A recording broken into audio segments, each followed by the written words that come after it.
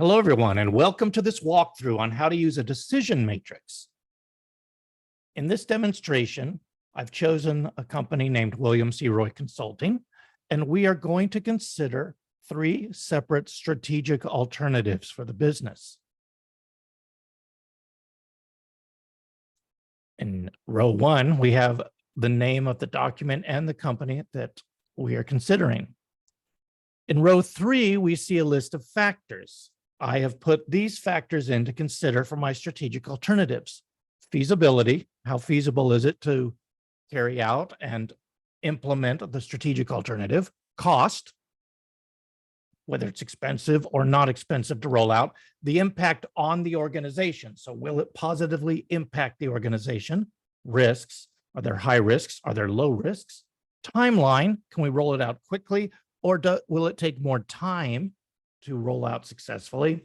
And then stakeholder perspective, which simply means how will it impact our stakeholders, our vendors, our employees, our banks, everyone who deals with our company.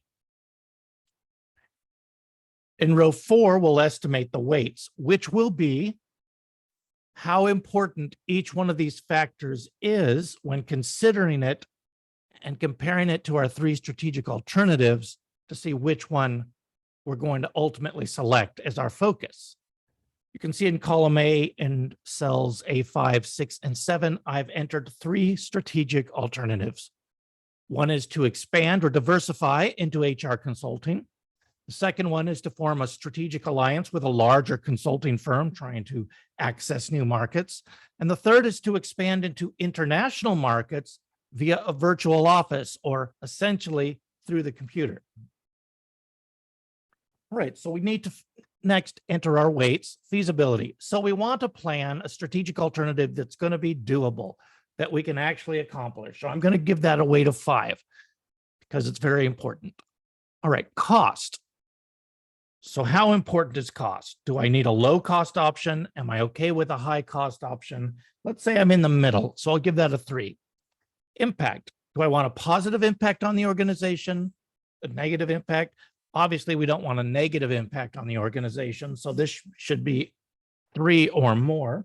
Let's give it a 4. Risks.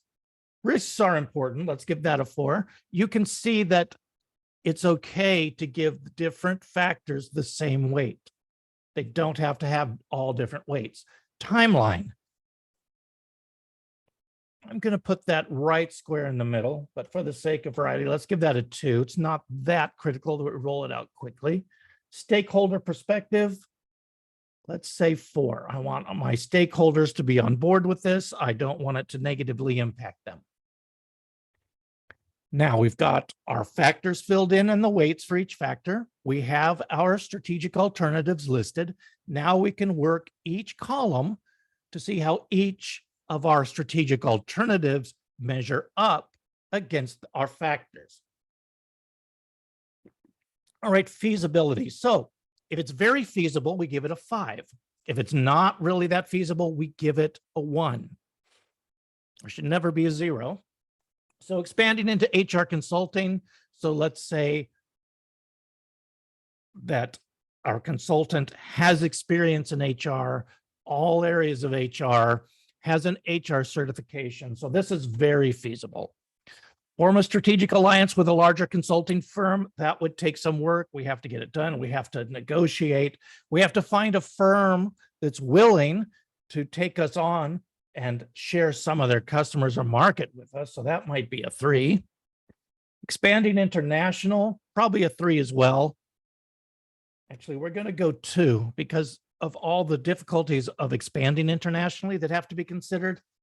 You have to consider international laws. You have to consider the cultures that you're going into. If you're going into Mexico or Canada, maybe not as big a shift, but Europe or Asia would be a much bigger shift. So we'll give it a 2. Cost. Okay. So if it's very expensive to implement, we give it a 1. If it's inexpensive to implement, we give it a 5. Expand into HR consulting would really be no additional costs, so we'll give that a 5. The strategic alliance might incur some costs, so we'll give it a 4. International likely is likely to be expensive. We'll give it a 3. Only because I would give it a higher or a lower score there if we were actually going to be establishing a physical office. Impact on the organization. Expanding into HR consulting when we're doing leadership consulting makes a lot of sense. So it would have a very positive impact. Forming a strategic alliance, the impact might not be that favorable. We might have new markets, but we would have a lot of negotiations to go through. They might not always be in our favor. Expanding international could be a positive impact as well. Risks. There's really no risk with expanding into HR since we have the qualifications. So we'll give that a 5. Form a strategic alliance. Actually, we need to revise this because risks. If it's low risk, we give it a 5. If it's high risk, we give it a 1, right? So 5 is okay on that one.